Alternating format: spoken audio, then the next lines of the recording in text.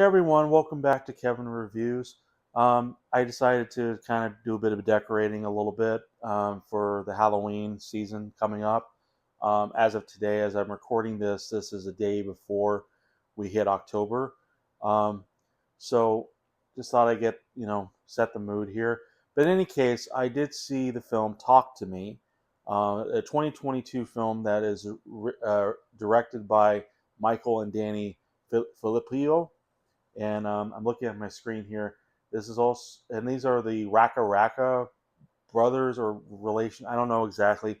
I haven't seen many of their videos at all, other than the Mortal Kombat Fatality video. They did it on YouTube that either got age restriction or banned. I don't remember. I just heard that some of their videos or their channel got um, either age restricted or banned in different countries. So that's as much as I know about them, and as well as this being their directorial debut with the film Talk to Me. This is written by Danny Filippo. I hope I'm sorry if I mispronounce the names. Also written by Bill Heinzman and Daley Pearson. And we have the cast, including Sophie Wilde, Alexandria Jensen, Joe Bird, Miranda Otto, and Otis Danji. Um, so this was in 2022. Like I said, this was during the pandemic for me. Well, I'm assuming that a lot of people were still out and about. For me, I was kind of stuck in for a while for reasons I'm not going to go into. Um, but yeah, I didn't really like watch anything new. I was still comfortable with what I had. So, um, but yeah, but I remember the trailers. I remember it looking all right. I mean, it's it does look like a if you combine because of the story of the plot, it does combine certain elements from a couple stories that I will go into that found interesting, but I wasn't sure if it was something I would necessarily enjoy. I kind of figured something like you know this hand thing was going to cause major problems and whatnot. So I don't know. I remember the trailer fine, but what I do remember is that this got highly rated. It was part of a film festival at one point, and even on Rotten Tomatoes, this was after I saw it. This had 94% from critics. I don't remember the audience score, but 94% from critics, and that's really high praise. So I saw this on streaming. It's about to leave, unfortunately, as I just watched it today. Actually, I watched it twice. I should have said watched it yesterday and watched it today because there were some things I missed, and there's another reason for it, which I will get into the review. Um, but but yeah, I was looking forward to seeing how you know if this was like said to be one of the best horror movies of 2022. Does it meet that hype? Well, here's my thoughts. So the story focuses on a girl named Mia, played by Sophie Wilde, who recently has lost somebody close to her. Is hanging out with her friends. Is kind of in a depression, denial state. There's a lot of mystery surrounding her loved one's death. Um, So then she goes to a party with her friend Jade, played by Alexandra Jensen, and her brother Riley, played by Joe Bird. And it's a typical teenage party, yet the parents don't know about it. So alcohol and whatever. Um, so then two of the party goers, the main leads, one of them is Haley, and then another one is named Josh with two S's. I don't remember the actors' names at the moment, but they pull out an embalmed hand, a ceramic-looking hand with graffiti and writing on it, with this that's outstretched, looking like it's trying to give you a handshake or pull you in. But suffice to say, this hand that is like the combination of WW Jacobs, um, Monkey's Paw, and a Ouija board, and they smash that together, and you get this hand. Mm-hmm. Not a ton is known about the hand, but there are rules to it, um, including the 90-second rule, which is you got to do it before 19 seconds ends, or you're a lot of trouble afterwards. But yeah, there are rules to this hand thing that they're doing, and of course rules are broken, and the and they abuse it. So um, and that's as far as I'll get. But suffice to say, I didn't quite see this film as the best thing in 2022. Granted, I didn't see it in 2022, but I didn't quite understand why it's considered at that time that it was considered the best of horror film of 2022. Um, but I mean, some positives. The performances are really good. I am especially from Sophie Wilde is very good.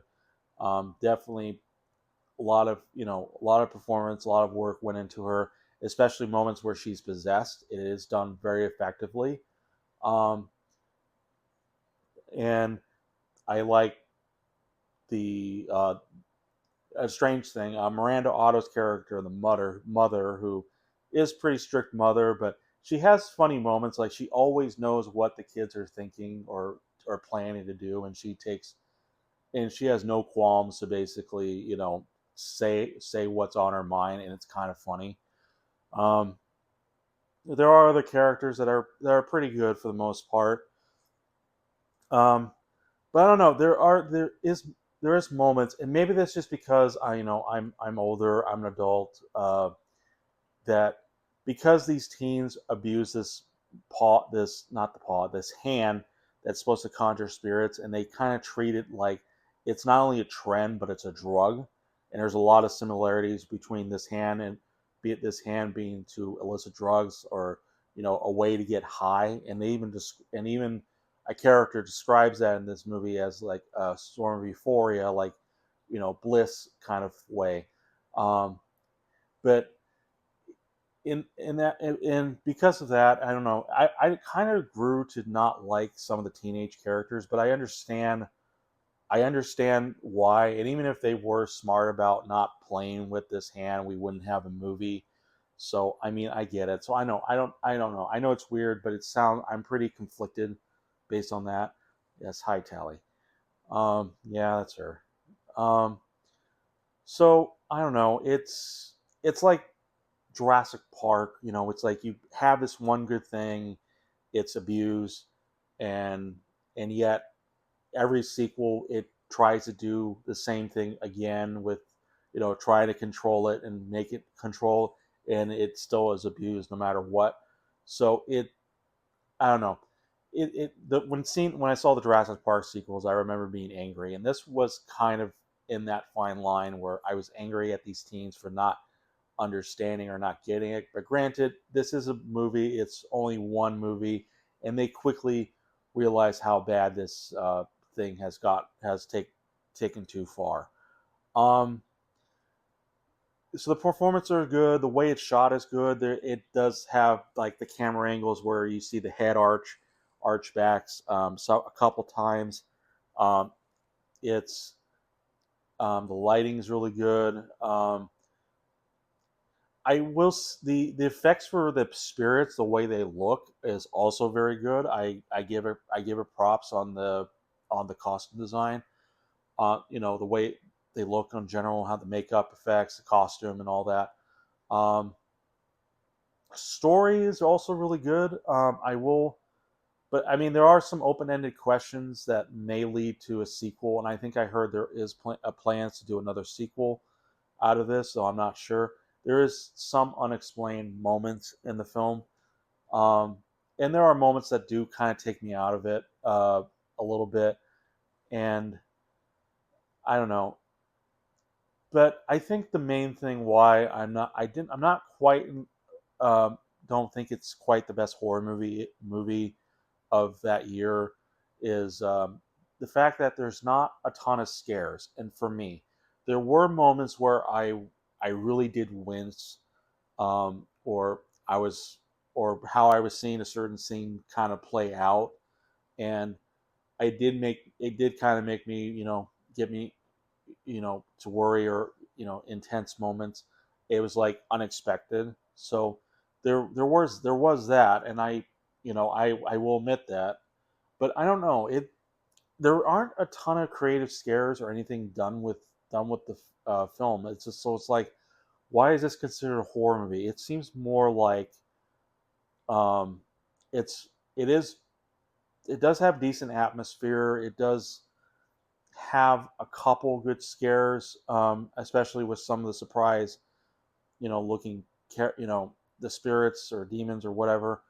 Um, but I don't know. They don't really do a ton. There's like even a scene in a bathroom that's supposed to be scary, and yet nothing happens, and you kind of expect something to kind of pop out or scare, but they don't do that. There's not a ton of jump scares in this one, and it's strange because jump scares are not usually a great thing, but it's sometimes I like to see something that would actually scare me, um, or even get under my skin. In this one, it's like it didn't really get under my skin, how seeing how this plays out. I mean, again, they could have stopped. I mean, that's the main thing. And granted, if they did stop, we wouldn't have this movie. Um, so I don't know.